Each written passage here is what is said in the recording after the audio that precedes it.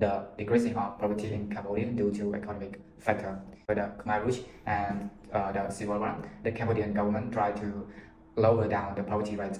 According to the World Bank, which reported 2022, said that Cambodian national poverty nearly halved in one decade, dropping from 33.8% in 2009 to 17.8% in 2019 to 2020. But during COVID-19, poverty in Cambodia increased at least 83% of poor households reported income declined in May 2020, declining to 44% in March 2021, suggesting that the income situation of poor households was improving, but that there was not a full recovery from the loss if, according to research. And Cambodia has made significant strides in reducing poverty over the past decade, but Cambodia's economy was stagnant and went down during COVID-19, affecting the current economy. They don't have strategies to solve poverty in Cambodia, while people migrate from rural areas to urban areas, which have more people than work. On the other hand, agriculture and education are important sectors for development of Cambodia's economy, but it still doesn't have more quality policies when compared to Vietnam and Thailand. The high increase of dropout rate will affect the decrease of poverty in the future, and farmers don't have no market to sell their products. Their family economy will go down, which is the reason for increasing poverty in Cambodia. The objective is to explore the impacts of people, especially the children in poverty, and share sorrowful stories and voices that are unheard, and hope to inspire the Cambodia people to help our other in it, and researching for a better future, how our work can have those in it. And our research question is, what are the main causes of poverty economics? What are the causes that affected the economy that led to poverty in Cambodia? And the last is, what are the effective ways to help to reduce the poverty rate in Cambodia? First is informing policy development. Like we need to study how reducing poverty affects the economy to help policymakers create better plans. And second, enhancing economic growth. Fighting poverty directly boosts economic growth. When people have access to basic needs like education, healthcare, and jobs, they can contribute more to the economy. And third, social stability and reduce inequality. Poverty is linked to social instability and inequality. Reducing poverty in Cambodia helps create a fairer society, which also helps maintain economic stability. And fourth, attraction of foreign investment. Lower poverty levels attract foreign investors. Investors look for political stability and a highly productive workforce. And fifth, improve human capital. By showing the link between reducing poverty and developing human resources, the study can support more investment in social welfare programs. So let's talk about literature review. In this first slide, we talk about factor for long-term poverty reduction. We talk about the job opportunity by creating as many jobs as they can so that people in our country would have a better opportunity. And for migration condition, people do migration by moving from rural area to urban area. And we talk about entrepreneurship is people try to make as many jobs as they can. There are many other parts like rural agricultural job is the job that doesn't require a farming, and agricultural development is doing by the government. Social protection policy is also doing by the government, so to protect those people and to prevent poverty to grow larger. For education and health service and financial service, both are given by government and the support themselves. The strategy is we need to combine a approach for resilience by reducing as much as we can.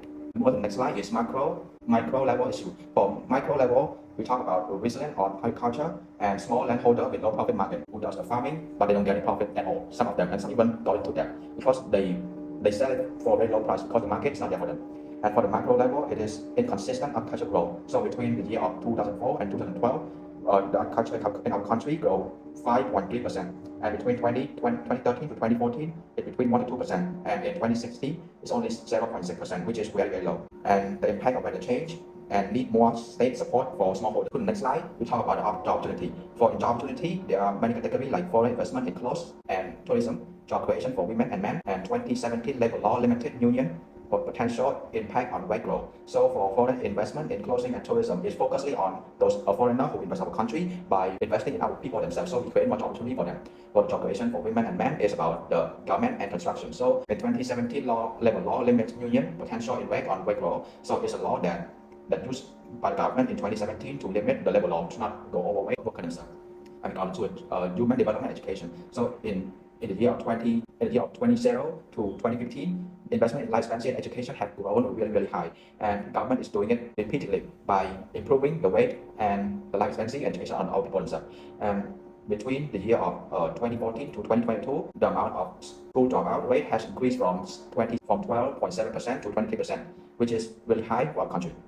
And moving to the last part is urbanization and poverty reduction. So according to the United Nations, poverty have from 5.6 million to 2.8 million people between the year of 2014 and 2022, which have dropped almost twice the amount that have grown. And rural to urban migration significant. There are many people who does the urbanization, which reduce the poverty in their rural area, but in urban areas not so much. And that and social protection. In this case, Cambodia government has created a IPO program which provide a free healthcare for those who are poor and a monthly of $60, which have almost of them a lot by not getting to care much about medical expenses and about stress about that.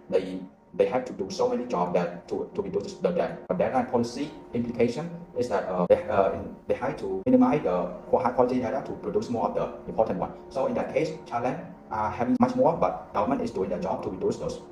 And for the comparison analysis, we talk about the agricultural investment, job opportunity, economic policy, urbanization effect, and human development. Both countries are doing competitive on the way people live. How can Cambodia invest as much as them, but however we still improve it and any way of job for job opportunity and economic policy. Both countries are doing really well and balanced on job opportunity by creating as many jobs as they can to reduce the poverty and to make the economic growth even bigger. For urbanization effect, in both countries they do urbanization by moving from one province to our urban area. By the last one is human development, is according to the three above. We can see that with this three, it can improve our human as well by making them more enjoyable in their life, by having more salary and get more knowledge. Simply, we need to understand the process of the data collection. For the research, we will focus on qualitative survey as a method of the data collection. In both the face-to-face interview, this allows us to gain a deeper understanding of emotion, expression, and struggles of the individual being survey. By conducting this interview, it is more important that we ask open-ended questions.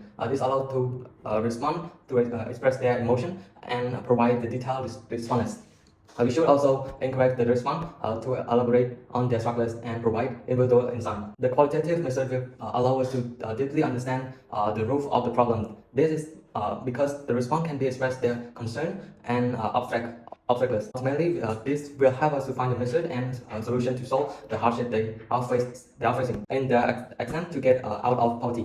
So moving on to the sample and sampling. Now we have discussed the data collection process. Let's move on to the detail of our sample and sampling approach. We will conclude the sample size of 50 families. We will interview a head of each household to gain their perspectives and experience. So the location. Our research will be conducted at the location like Mudokiri, Kapung Thong, Prempeh, and Nakiri province. So the age range. Our focus for the study will be individual between age 20 to 64 years old. A diverse and representative set of perspectives. This will allow us to deeply understand challenges and struggles faced by those living in poverty in this community. So for this qualitative research, we'll be utilizing several instructions, including the structure questionnaire to guide the interview process. 2 is note talking material of the interview to document process respondents. And 3, a mobile phone for voice record of the interview with the participant permission. A team of 5 members. So 2 members will be responsible for conducting face-to-face interview with the selected participant. So another 2 team members will be tasked with the document the respondent provide during the interview. So 1 additional team will be responsible for observing the interview process and taking note of any cue or contextual detail. So to share their story and perspective with us by employing this comprehensive set instruction and helping the dedicated data collection team. We aim to get high quality in-depth information that we contribute this significantly to our research objective. Questionnaire, these are our key questions. We aim to gain a rich, detailed information that will contribute significantly to our research on poverty in the target community. So as we have a primary focus on analysis based on poverty reduction in Cambodia, with a particular emphasis on economic factor. To gather the necessary data, we identify a comprehensive questionnaire. We conclude in the depth interview with the head of the selected household. In addition to structure the questionnaire, we also employ the ethnographic analysis to gain a more holistic understanding of the participant situation and the challenges that they face. This approach allows us to explore the identified problem from multiple perspectives and uncover the nuance of participant lived experience. The overarching goal of this research is to address the specific challenges faced by improved household in Cambodia and to inform the policymakers about the critical issues that require attention by By shedding light on live realities of the struggle with poverty, we hope to contribute a broader understanding of the dynamic of poverty both within Cambodia. The findings from this research will be individual and informing policy decisions and guide the development of target the intervention to support those living in poverty. We aim to identify the most pressing and need and most affecting strategy, elevate the economic burden on this household, ultimately empowering them achieve greater financial stability and improve their overall well-being.